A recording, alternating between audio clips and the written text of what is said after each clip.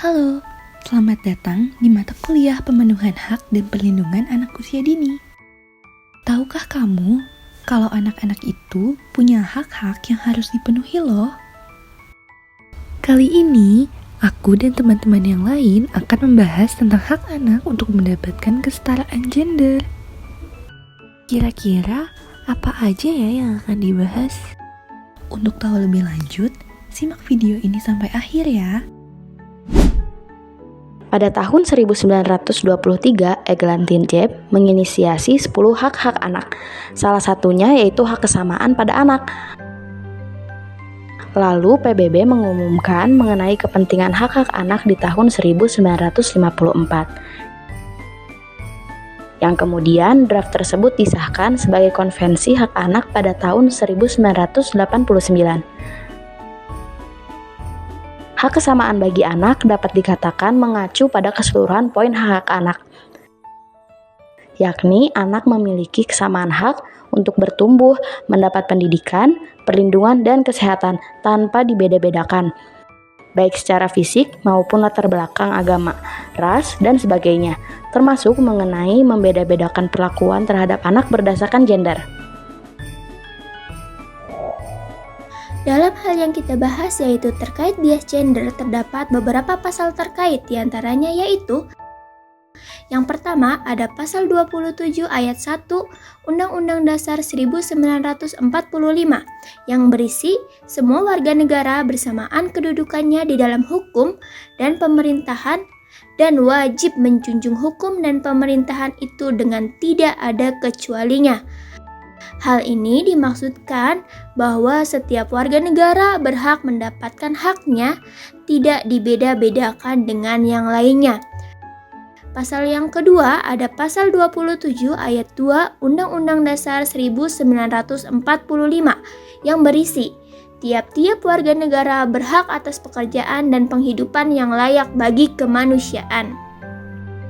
Pasal yang ketiga ada pasal 49 ayat 1 Undang-Undang Nomor 39 Tahun 1999 tentang hak asasi manusia yang di dalamnya berisi wanita berhak untuk memilih, dipilih, diangkat dalam pekerjaan, jabatan, dan profesi sesuai dengan persyaratan dan peraturan perundang-undangan. Hal ini dimaksudkan bahwa laki-laki untuk mendapatkan haknya itu tanpa persyaratan, namun perempuan memiliki persyaratan untuk mendapatkan hak-haknya. Tentu saja, hal ini sangat bias gender karena merugikan pihak perempuan. Kesalahan terkait dengan kesamaan gender banyak terjadi dalam kehidupan sehari-hari, baik secara sengaja ataupun tidak sengaja. Contohnya, membeda-bedakan atau menganggap media belajar ataupun permainan hanya boleh digunakan pada gender tertentu saja. Seperti main masak-masakan, hanya boleh dimainkan oleh anak perempuan, padahal tidak ada larangan bagi anak laki-laki untuk memainkan permainan tersebut. Dengan memberikan label seperti itu, maka dapat memunculkan statement bahwa main masak-masakan tidak boleh dilakukan untuk anak laki-laki. Permasalahan selanjutnya yaitu pandangan bahwa anak laki-laki lebih tangguh dan dianggap lemah bila menangis.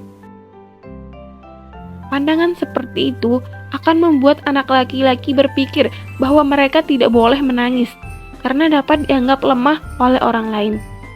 Padahal menangis itu merupakan suatu emosi yang wajar dilakukan untuk menyampaikan perasaan yang anak rasakan. Ada beberapa cara kita dapat mengimplementasikan hak anak untuk mendapatkan kesetaraan gender dalam bidang pendidikan. Yang pertama, dengan memberikan anak laki-laki dan perempuan kesempatan yang sama untuk melakukan kegiatan.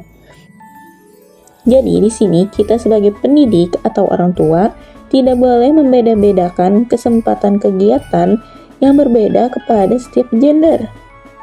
Selain itu, penting untuk memastikan bahwa orang tua tidak dikejar oleh masyarakat untuk membesarkan anaknya sesuai dengan aturan yang berlaku untuk anak laki-laki dan perempuan.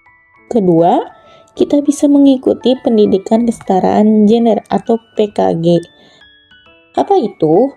Itu adalah program yang dikelola oleh Badan Pengelola Pendidikan Kesetaraan Gender atau BPPKG di sekolah dasar dan sekolah menengah pertama.